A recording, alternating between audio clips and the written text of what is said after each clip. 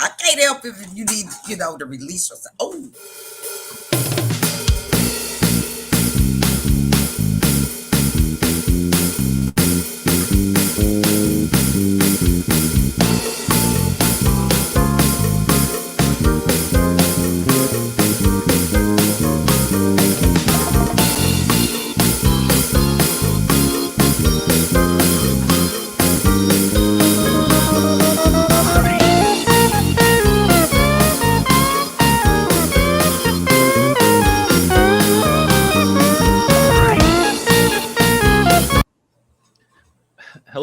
Hello.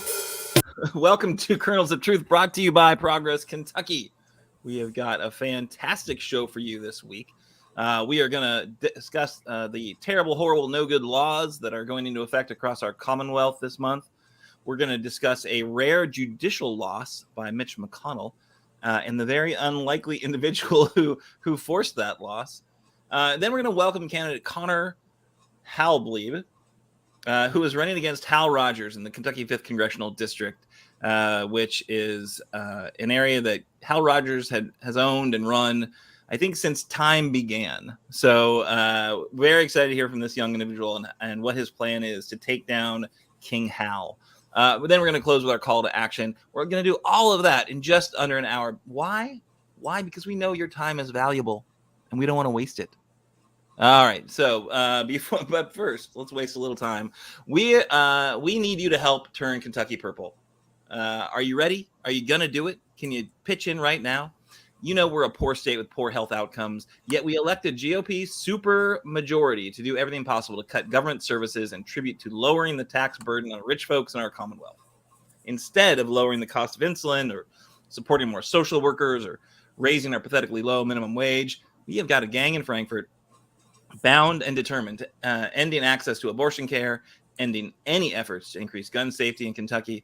If you think this is completely backwards like we do, we need your voice and your vote. If you want a commonwealth that works for all of us, join Progress Kentucky. It is easy. Follow us on Facebook, on Twitter, on Instagram, wherever you spend time on social media. Just make sure to like and share and comment on our content. If you like what you're hearing on Kernels of Truth, give us a thumbs up. If you're listening to us as a podcast, leave us a review. Those are super powerful. Just help share out the show. Share the word. If you're watching right now, just give us a thumbs up. Are you watching? You should be watching whenever you're watching this. All right, so we're going to get into the show. Before we get into the news, though, we want to check in with our co-hosts. Always so pleased to have these phenomenal individuals working alongside us to bring you the news you need. But we're not just, talking heads. We are a digital demonstration. So if you're going to come to a demonstration, you better bring a protest sign. So that's what we're going to hear from our co-hosts. Who are you? Where are you? What does your protest sign say today? You can put your sign in the chat, and if we like it, we'll put it on the screen there. So, all right, I'm Aaron. I'm coming to you from Childsburg, which is it's a development. It's a subdivision of Lexington. It's just far enough away from actual Lexington that you really couldn't ride a bike there. But you could. You could. You just have to take your life into your hands because there's no actual street access that's safe. Anyway, that's another show, probably for another organization. But I think my sign says today, I'm so glad Mitch lost, and I'm sorry about who delivered the loss to him. So it's a teaser for a story coming up later. All right, Kimberly, are you there? Are you muted?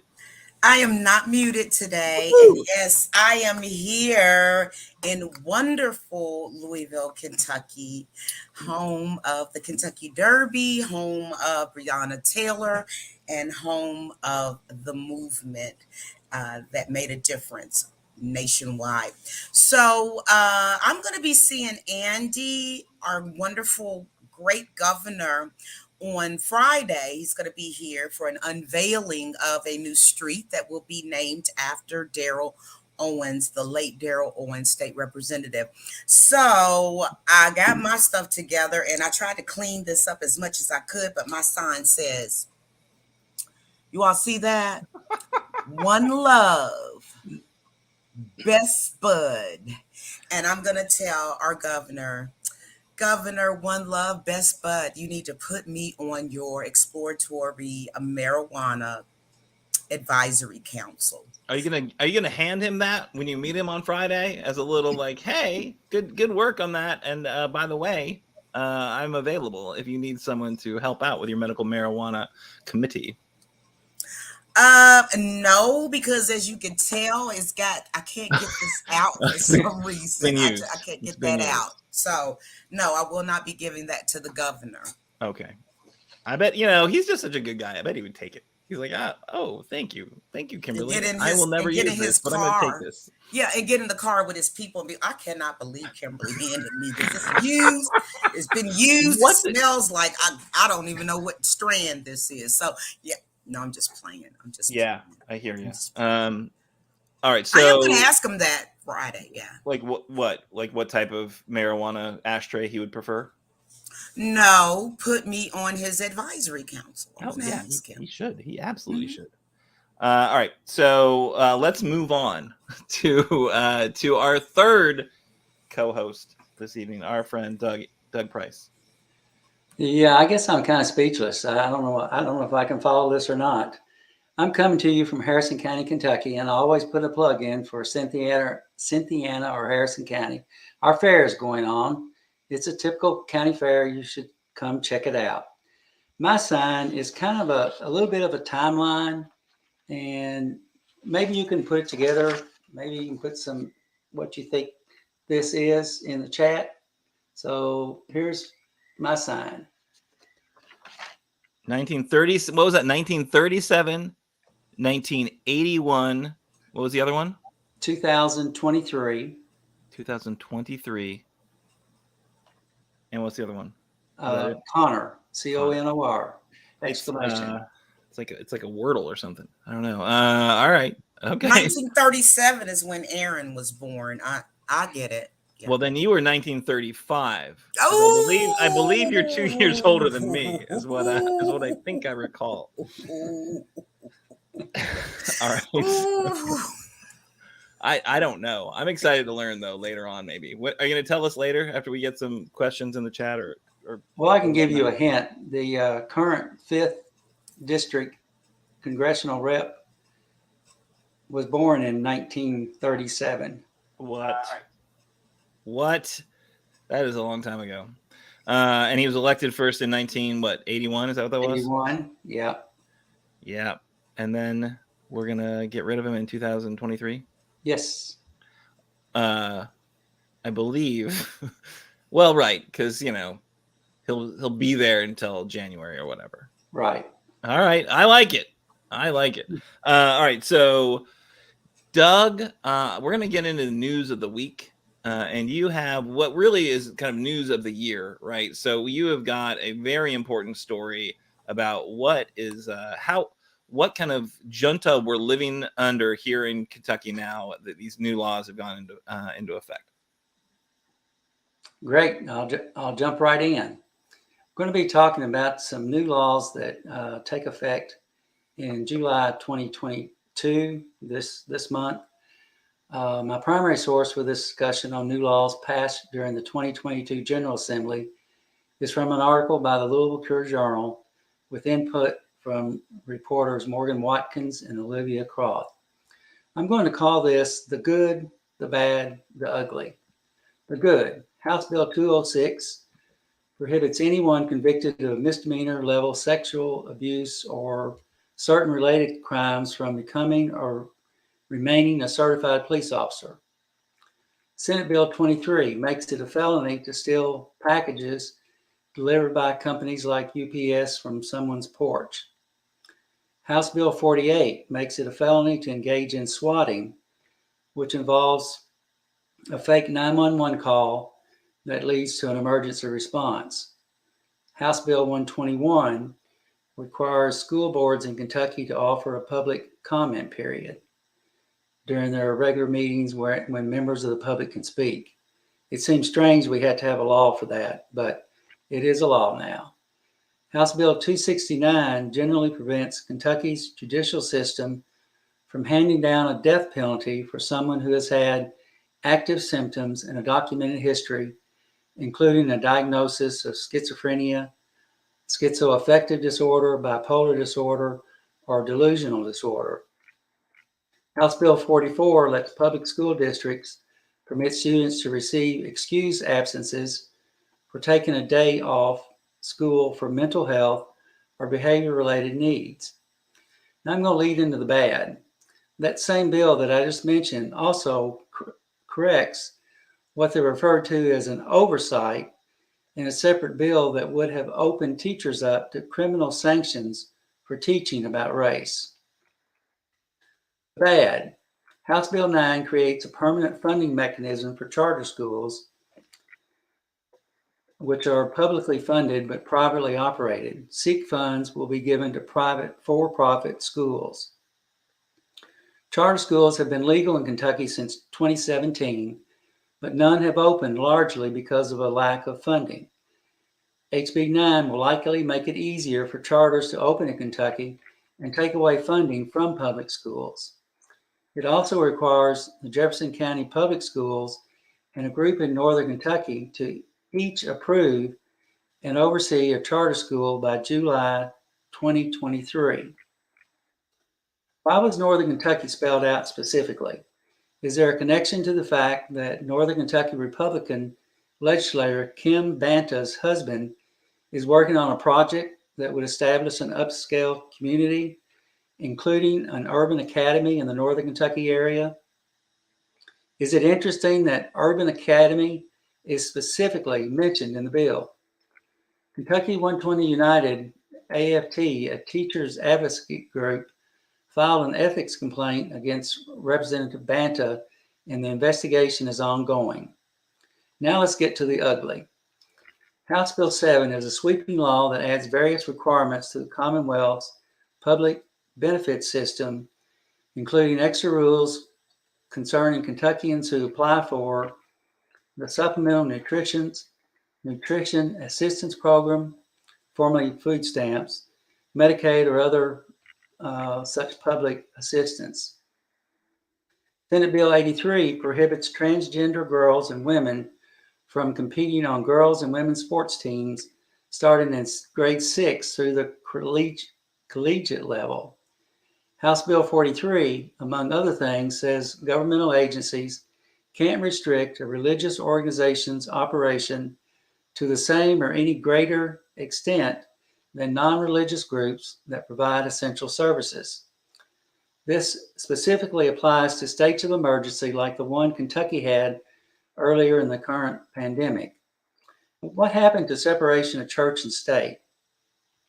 The state has determined the church is an essential service. I could not find reliable statistics on church attendance in Kentucky, but I wonder what such a study would show. Also, I want to mention a bill that allows county judge executives to control library boards, which may lead to censorship of items deemed bad by conservative Republicans. Recently in Iowa, public library staff resigned in protest of a decision to remove books from their library. It seems like some people had taken the tact of checking out books that they don't agree should be in the library and not returning the books, plus complaining about there not being a children's book written by Trump. Apparently they had one written by Mrs. Biden, but they didn't have one on Trump. I can only imagine what that book would be like. Lastly, the law passed in the previous session related to abortion. The law passed this session and the proposed constitutional amendment related to abortion looms large. We need to remember in November, our Republican legislators are taking away personal health decisions and will continue to do this until we vote them out. That's my story on the bills the legislators passed this session. Aaron or Nate, Kimberly, got anything to add? Some of them are great, like you said, Doug, and then some of them are less than great. When are we going to be able to come together in this state and do what's right by the residents of Kentucky? We send these people to Frankfurt to work for us. We send these people to do the work and be the voice of the people. And I can't imagine that the majority of Kentuckians feel like some of these bills sound. Um, I don't know. It's going to take a mass exodus. Really, it's going to take a mass exodus. What do you think, Aaron? Like, I think it's going to. That's all it's going to have to take. What's the exodus? Like we all just have to leave? Like is that the exodus you're looking for? Yeah, no, we got to get rid of those jerks. There's just like a bunch of like conservative assholes that aren't fighting for actual people. They're just, kind of fighting for their ideology. They don't really care about how their laws impact folks. They've never met a trans kid who just wants to play sports with their friends in the, in the gender that they feel is who they are.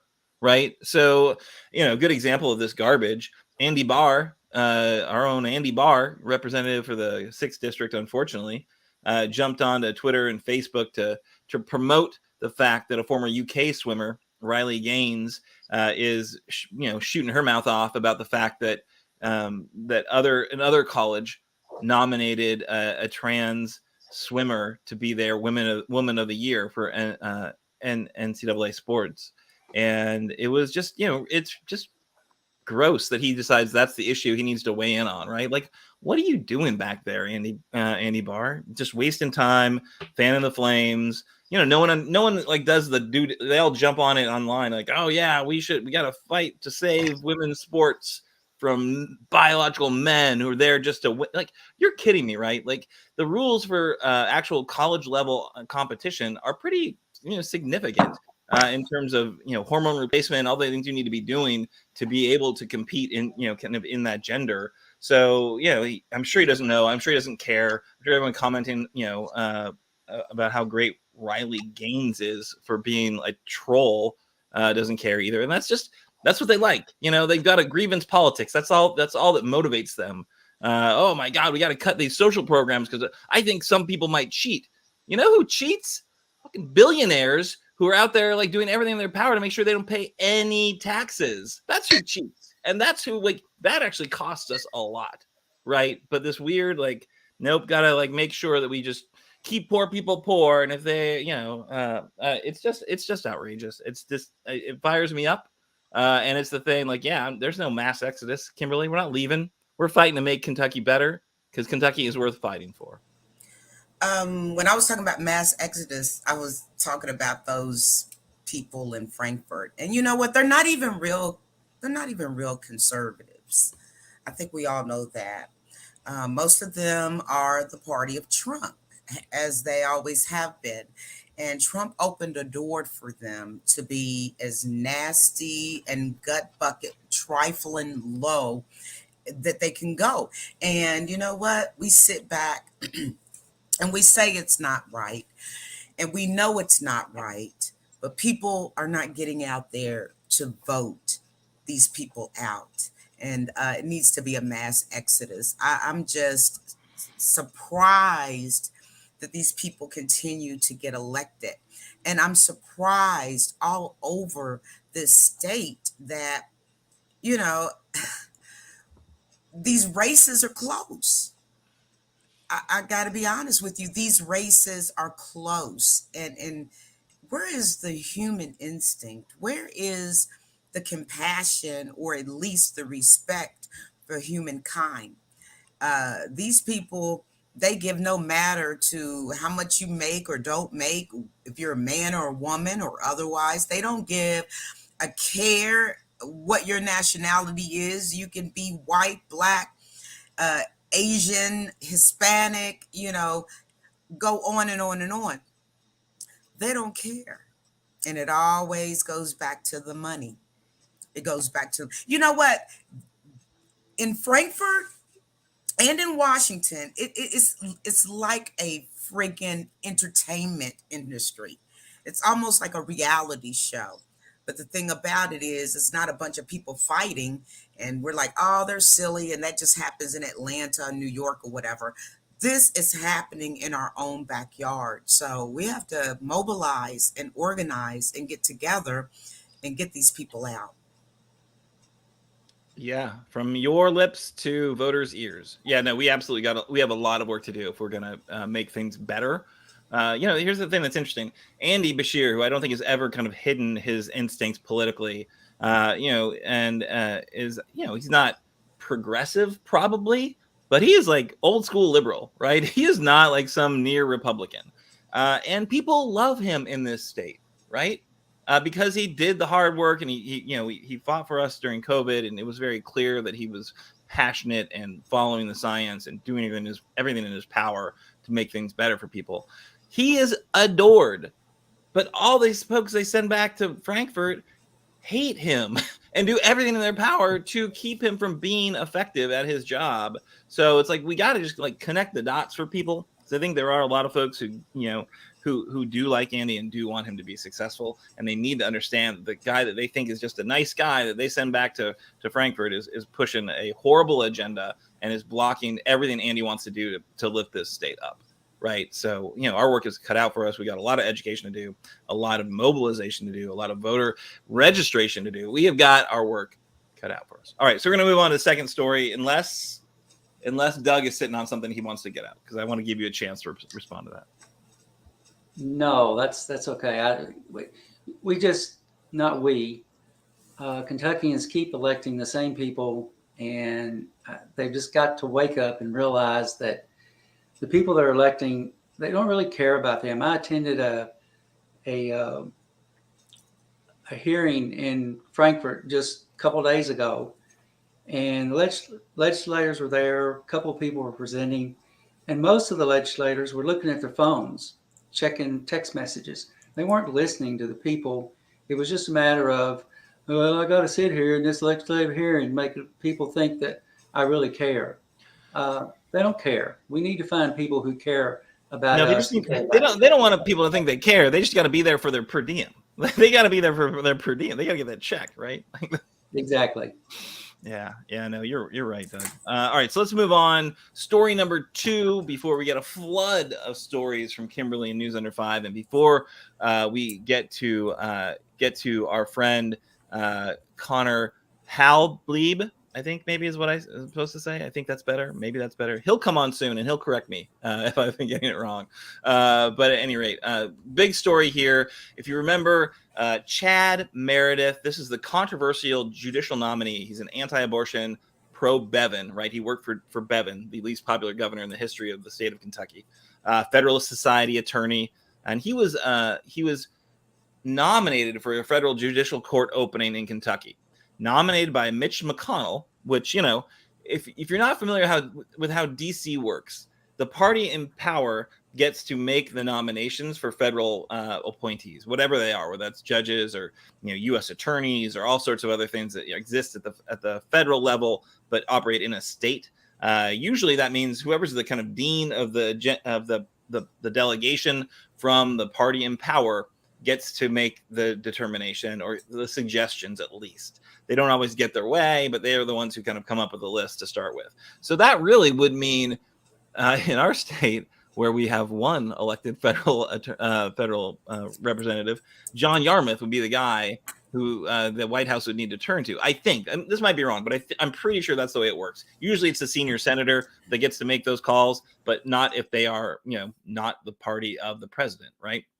So apparently the word got out, a story broke. This was Joe Sonka and his colleagues at the Courier Journal broke this story that there was some secret deal whereby Mitch McConnell was going to be able to nominate somebody, or actually, Biden does the nomination, but it's Mitch McConnell's pick. And folks were pissed. So John Yarmuth, who I mentioned, was pissed. Andy Bashir was pissed. Andy Bashir, politest guy in Kentucky, and he let people know. He let Biden know you can't be doing that. And the backlash was serious. It was significant. It was, Democrats were absolutely livid about, right on the heels of Roe v. Wade being overturned, they were putting some anti-abortion federal court judicial nominee. So the blowback was significant. And ultimately this week, the White House did announce that they were not moving forward with that nomination. Why? Why, you ask? Is it because John Yarmouth was pissed? Is it because Andy Bashir was pissed? Because I was pissed? Was not because I was pissed, that's for sure. But what it turned out to be is that, congressional troll Rand Paul didn't submit what they call a blue slip, because on the color blue, paper that's blue. He did not submit a blue slip in favor of that nominee.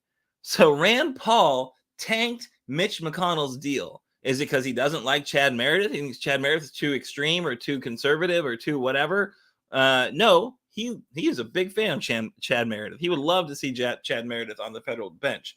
But he got butthurt because Mitch McConnell didn't let him in on the secret deal, didn't even ask him if he should nominate Chad Meredith. The senior senator doesn't really have to coordinate with the junior senator.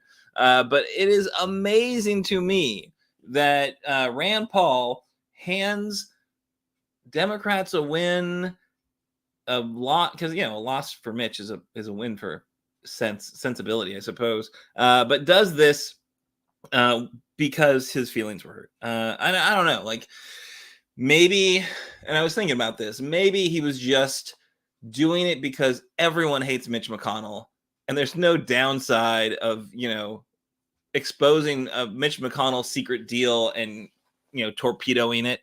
Like, even though you are running for Republican, and you ostensibly would like to get Republican type judges. I don't know. We'll see. We'll see how it plays out. I am always happy when Mitch loses, and I don't honestly care very much who delivered the victory for us. But it's not like I'm going to vote for Rand Paul, that's for sure. But I do love this story on so many levels, because when it initially broke, everyone was calling Joe Sonka like fake news. There's no way this was happening. It was absolutely legit, absolutely true. And now Rand Paul is the one that sunk the deal. All right, so that's Biden pulled the plug on the nomination. I'm very glad, and let's take it from there. All right, so we're going to do news under 5, but I do want to see if either of my co-hosts want to weigh in on, Rand Paul being the savior of a less extreme judiciary. I'll speak first. I don't know if he actually saved us per se, because the Grim Reaper, as Mitch McConnell likes to be called, he said he liked it. He must be into that S&M stuff. But, Rand Paul, I'm like, did he graduate? Because I'm really concerned, because, and I'm no licensed therapist, but my degrees are in psychology. And I'm just going to say, he needs to go see the wizard, because he doesn't have a brain, because he did that. And first of all, Biden was wrong. And remember, I reported, you guys, you heard it right here on Kernels of Truth First, that Andy, our great governor, he revealed the emails that came to him, whereas he was supposed to put this person up for vote. And I don't know, Rand Paul, he just needs to go see the wizard. If I only had a brain. All right. Yeah. How about you, Doug? You got anything? Just me, I like to research stuff. And I ran across something that I found kind of interesting. The Chad Meredith's father is Kentucky Senator Stephen Meredith's son. The good senator from Litchfield introduced a law in the previous session that would have, he is a hospital administrator, or was at the time, and that law would have allowed doctors or healthcare providers who basically didn't want to wait on a certain segment of society to say, I don't have to provide medical services to them. So if the apple doesn't fall far from the tree, then I think it's great that Chad Meredith's nomination was withdrawn. Oh, absolutely. Absolutely. Thanks for doing that digging and figuring out those connections. Awesome. Not shocking at all, but good to know. All right. We're going to move on to news under 5. Doug is back. Kimberly's back. We're going to do news under 5, and that means the stopwatch is back. So, Kimberly, watching because really? Dougie Fresh is. Okay. So, number one, we're going to talk about the anti-Semitic county party in Bracken County. Yes, Bracken County. You need to get your act together because someone posted on your Facebook page, and it targeted the new ATF director, which is Mr. Steve Dettelbach, and the word junta was used, and it's defined as a military or political group that rules a country after taking power by force. So if you all know anything about different tropes and things of that nature, that is a definite trope in the Jewish community. Very disrespectful to the new ATF director, who does believe that there should be some gun laws put into place. So I guess that's what they're mad about. And, I just keep going back to Trump. People could just say and do whatever they feel like saying and doing.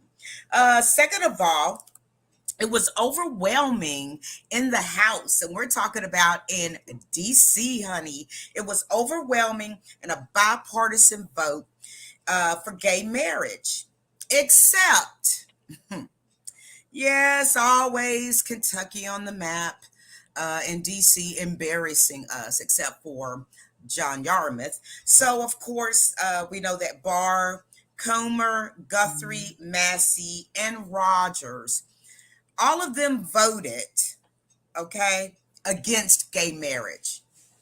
Remember that, you guys. We all got somebody gay in our family, whether it be a cousin, aunt, daddy turned over in 35 years of marriage, your sons, your daughters, everybody has someone that is gay, or should I say of the LGBTQIA plus community in their families. Let me go right here. Thomas Massey. Lord help us all. No wonder people believe that in Kentucky we're stupid, uneducated, and we barefoot and all the women are pregnant all the time. Because Massey voted against Sweden and Norway to join NATO. They applied 2 months ago. So remember I always say about the money? Yeah, it's about the money because their GDP is not as high as like America and a lot of other countries. So, Thomas Massey, he said, no, they don't have enough money to be in NATO. So go figure that, people, when it's time to go vote. Tell all your friends. Another thing, when we're talking about education and all the things that we learned from Doug Price today, here in Louisville, Kentucky, in Jefferson County, 82 more teachers resigned last month. For right now, today, a total of 118 teachers have resigned from Jefferson County public school system. So, yeah, they want to say some of the variants and, the COVID and, yada, yada, yada. How about this, people? Get your children in line in class. These teachers are tired of your children cussing them out. Then when you come to the school, you want to cuss out the teacher, and you think it's the teacher's responsibility to teach your child manners. No, ma'am. No, sir. It is your responsibility. So all of these educators that spent time in school to do what they do are now resigning because your kids are off the chain bad. Yeah, they're bad. And finally, Merrick Garland, our Attorney General of the United States of America, he reiterated once again, because people are thinking he's weak, like you don't have, Trump in handcuffs yet. I want to see it. You want to see it. Everybody wants to see it. But guess what? It takes time, and they want an airtight case. You're talking about a previous so-called president. So he reiterated again to the masses, no one, and he means no one, is above the law. And that includes the so-called president of the United States. Back to you, Aaron. Doug, what was the time? What was the time on that? Why we gotta talk about that? Look at you.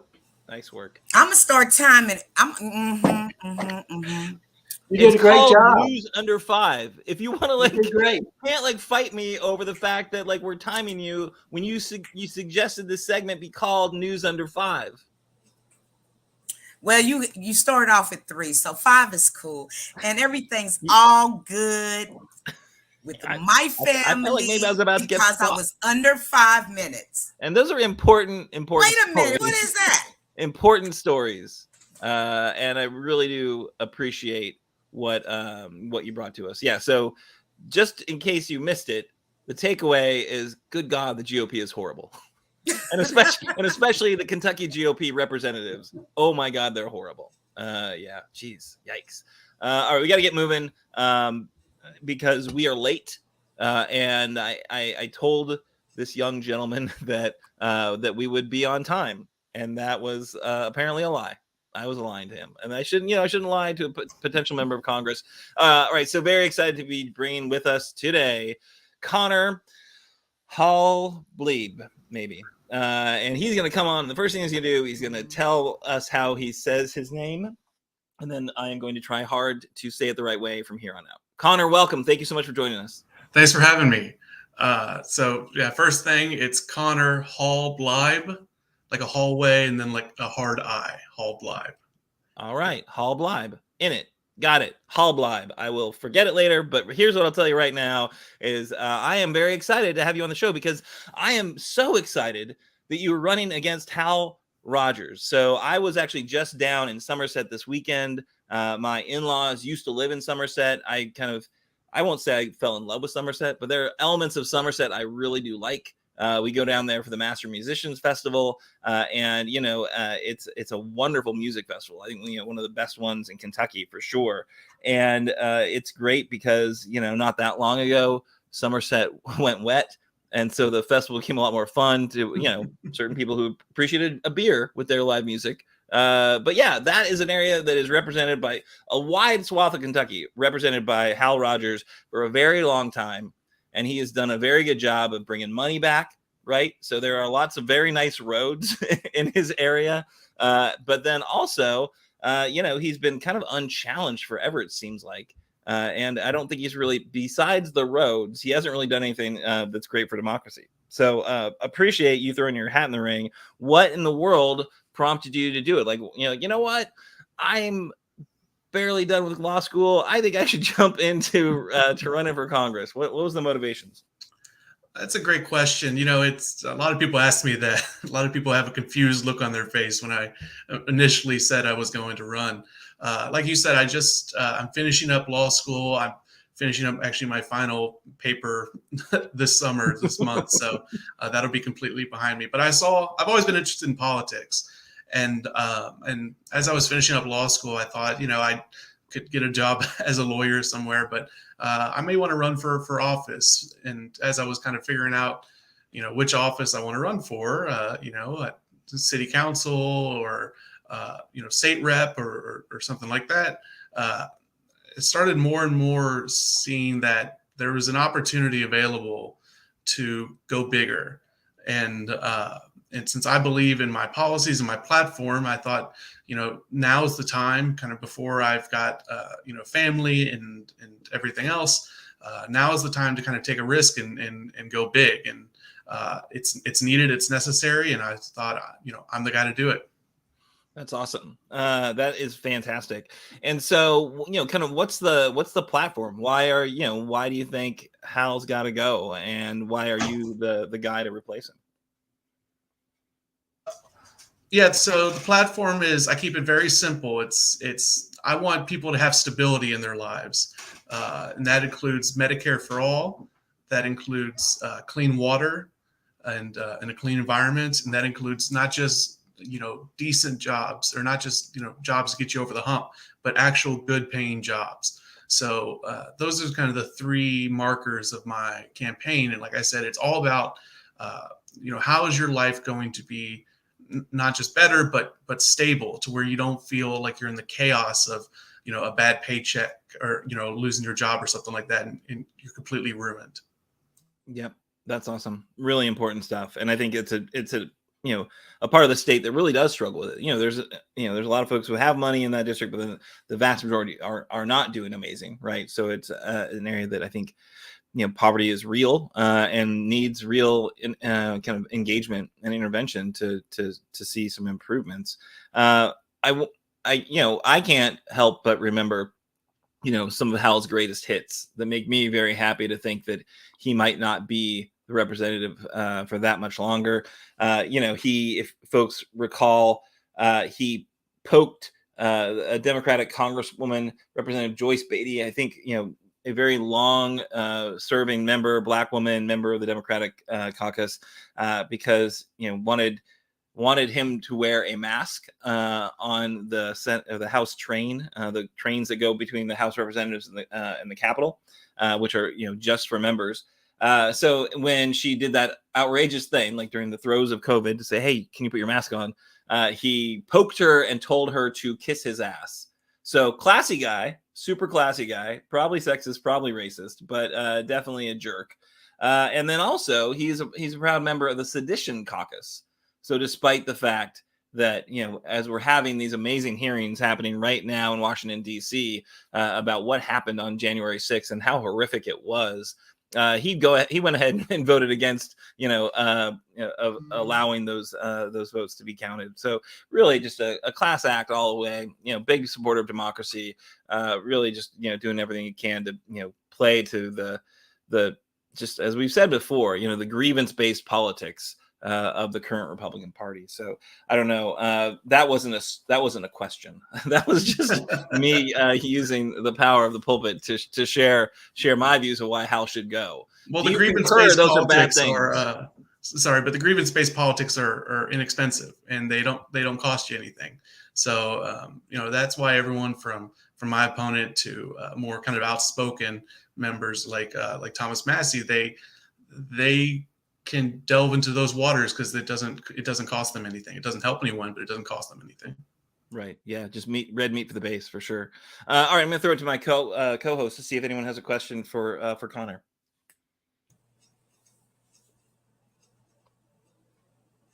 Okay, I guess it's me then. Dougie Fresh is on mute right now. But I just want to say it's so incredibly nice to meet you today. And very nice to meet you as well.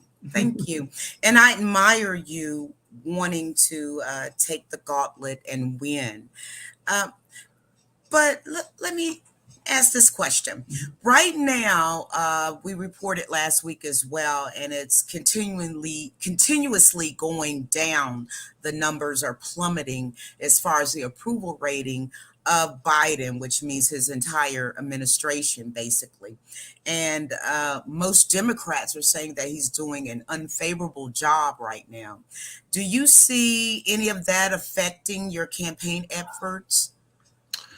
Maybe a little bit. How the president does always has some sort of effect, but at the end of the day, I am my own candidate. I'm a member of the Democratic Party, but I am my own candidate, and as long as I can convey to people that I'm the right person for the job, there's some sort of connection, to Biden's platform and how he's doing as a president, but like I said, at the end of the day, I'm not running to be his running mate. I'm running as my own person. So it actually hasn't affected. People are excited when I talk to them, and that's whether or not President Biden's approval ratings are up or down that week. So it doesn't actually affect it too much. That's great that it's like that in your area. I've been hearing from a lot of candidates from other areas in Kentucky. Especially here in Jefferson County, that it is not greatly, but there is a little bit more that they have to do for their campaigns. Yeah, absolutely. I think the way I kind of approach politics, and I think that a connection to the president in charge, how that would pertain is if the party in the president and everyone, if they propose big solutions and big changes, even if you can't get everything that you propose, but just the idea that people are excited, there's something coming up, or they want to be a part of something bigger than themselves. So if the party and the president and people around him can propose big ideas for big solutions instead of negotiated against themselves, that level of excitement does trickle down to the everyday person on the street. Okay, wonderful. I have a quick question I want to ask. You're on the ground there and you're out visiting with people. My visualization of Hal Rogers is that he comes to the area when he has money to hand out, and it's his expectation that everybody adulates him, as opposed to, I want to know what you need. Is that an apt description? Yeah, I'd say so. And that's, I would say that anyone in the Republican leadership, and I include him, and he does things a little bit differently. Like I said, he's not Jim Jordan or Thomas Massey. That's not kind of his style of just to rant and rave. But what he does love is adulation. You go down to the 5th District and you see his name on everything, every building, every institution. That's the kind of power and the kind of what he really craves. And that's not something that I'm interested in. Obviously, it's nice when people, do nice things for you. And I wouldn't mind a building named after me one day, but or a parkway. But that's not what I'm in politics to do. And that's not what I'm trying to do. What would make me happy is if someone came up and said, you fought for me, or you fought for my family for something. And that gave me hope, and that made me, believe in something. So, like I said, he does things a little bit differently, but at the end of the day, that's what he wants. He wants people to not necessarily respect him, but adulate over him. And that's just not how I approach it. That's awesome. Yeah, I don't think we should, revere our members of Congress, no matter how big the expressway is that they have delivered for the district. And I think good on you, Hal. I think that is your job as a member of Congress, is to deliver for your district. But I'll tell you what, I think Democrats need to get a lot louder about claiming what Joe Biden has delivered for this, this nation. The Bipartisan Infrastructure Law is real, and the impacts are being felt in communities across our commonwealth, whether it's water or quality improvements or broadband or EV charging infrastructure, obviously roads and bridges. The fact that we're going to get Brent Spence Bridge to the point that it's actually functioning and safe, like that's a pretty big deal. And it is the Bipartisan Infrastructure Law, and there are members of Congress that voted for it that are Republicans. Not that many in Kentucky, though, right? So I think that's worth pointing out. Every time they show up any place with a big federal check for a local community, they need to be run out of the press conference if they did not actually vote for the law. So, that's my take on that. But yeah, thanks so much for joining, Conor. How can people help you? What is your approach to winning this race? How are you? What's it come down to? What's your strategy, and what do you need help with? Well, the two big things, and it's horrible that it's like this, but I'm at a money disadvantage. I'm obviously but we're making the most use out of the money that we do get, and we have some people who have been donating $25, $50, and that for a campaign like this, that helps so much, and it's exciting. So any sort of donations are more than appreciated, and they do not have to be big at all. The other thing is really just the other thing is name recognition. I'm very confident that if when I get in front of people, or people start knowing who I am, I can talk to them and make them excited. But the thing is that not a lot of people know who I am. So the big thing for the listeners, and the big thing for the constituents, is to just get out and start talking to your friends and family and say, hey, there's this guy. with this weird last name that I can't pronounce, but he's running against Hal Rogers, and just keep a lookout for him. And so those are the two really big things that'll help me in my campaign. Again, I am lucky that I have full faith and confidence in my policies and my platforms and how I would represent the district. It's just at this point now about getting the funds and the kind of the notoriety, really, that people know that there's an option on the table, and that there's there's someone actually running and actually trying to win this race. So can I get you pinned down on a couple of key issues, Conor? Absolutely. So will you ever poke a senior member of the Legislative Black Caucus and tell her to kiss your ass?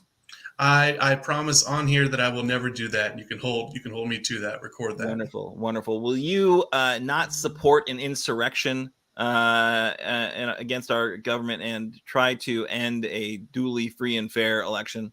I will not try to end a duly free and fair election or support any sort of coup against the government. And how do you pronounce junta? Junta. All right. Good to know. All right. It's come up a couple times on the show. Conor Halbleib, really excited about your race. Really, good luck. I know it is pushing a rock uphill, and it's a very heavy rock, and it's a very steep hill. But I appreciate you were doing the Sisyphusian work, and we're behind you for sure. I hope you get some contributions from the show. We will share it widely so that people have a chance to hear from you, because I think, you got a good head on your shoulders. You're doing this stuff for the right reasons, and you're definitely not Hal Rogers. So you check all the boxes in my book. Well, I'll just say one more thing. Ever since, I'm so glad Rich Strike won the Derby, because ever since Rich Strike won, I tell people, if you're in the race, you can win the race. So thank you so much, all of you, for having me on. For sure. All right. Well, thank you so much. We're now going to throw it over to our dear friend Kimberly to close us out, because it has been an exciting near hour, and we've got a couple of extra things for you to do at the end. And otherwise, I think we're excited to hear what Kimberly has to do to wrap us up and send us home. Well, thank you, Aaron. First of all, we need to do our call to action tonight. Take our poll.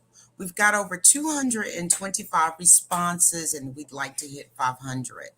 Can you take just a few moments out right now to help us pick the worst actions of the most terrible, horrible, no good, bad, trifling, gut bucket legislators? Okay. Once we hit 500 responses, we'll share with the media and remind them most definitely what the GOP supermajority is doing to our Commonwealth. Like, hey guys, if we keep them in any longer, it might not be the Commonwealth. I can't even look at the Handmaid's Tale anymore. Okay. This could become the city of, a dictator reign or something. Who knows? But I do have good news for you, though. And before I do that, I just want to thank Mr. Doug Price for always being that policy and research person to help us out. And of course, the best co-host this side of the Mississippi, besides myself, of course, Aaron Viles. And I just love today the energy and the optimism of Conor Halbleib.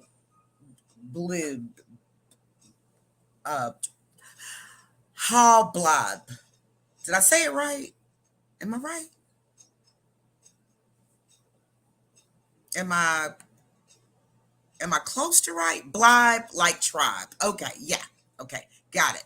So he was an excellent guest today. I hope you learned a lot. Go to Conor 4, that's the numeric 4, Kentucky.com to donate to him. And we will be back next week with another amazing candidate for Congress for Kentucky's State Senator Morgan McGarvey. Yes, he is wonderful. He's great. I know Morgan. I know that he is true blue. Okay. He is not fake, and he's not going around talking to everybody because he's running a campaign. Yeah, he has to do that. But that's just who he is, like, all the time. Like, he likes people, and we cut up. So I might not be on the show next week. But He's in the race right now to replace our wonderful congressman who's going to be retiring, and that is Congressman John Yarmouth right here in Louisville. So we hope that you'll, log in and join us next week at the same time, same bat channel, right? So disclaimer, Progress Kentucky is a nonprofit organization registered with the Kentucky Secretary of State, organized as a 501c4. And is affiliated with the Indivisible Project and the Commonwealth Alliance Voter Engagement. Oh, you guys might know it as CAVE. Progress Kentucky's goal is to educate, organize, increase voter turnout, and advance a progressive agenda through civic engagement. So tonight, our production was by Mr. Nate Orshan himself, affectionately known by me as Nate Dogg, because he gets it done, right? He gets it done. And make sure you go visit his music. I mean, I jam to it all the time. You need to go to natosongs.com. That's NATO songs.com. And if you miss our weekly live stream on Facebook, don't fret, my pet. You can see us at any time, and it will be posted. And all of the articles are posted also in the comment section below. So also you can hear us on anywhere that you're getting the streaming of your podcast, Apple, Spotify, on and on and on and so forth. And some of the logos and graphic content was delivered to us and made by Couchfire Media. So go see them at couchfiremedia.com. So you know what I'm going to say? Do something nice for somebody this week. This is hump day. You only got 2 more days to work. Pay it forward or pay it backwards. However you do it, just pay it. Be nice to someone, smile, make a phone call, send an email or a text. And I promise you, they will be overjoyed that you did that. So see you next week, same time, same bat channel. Have a good rest of your week.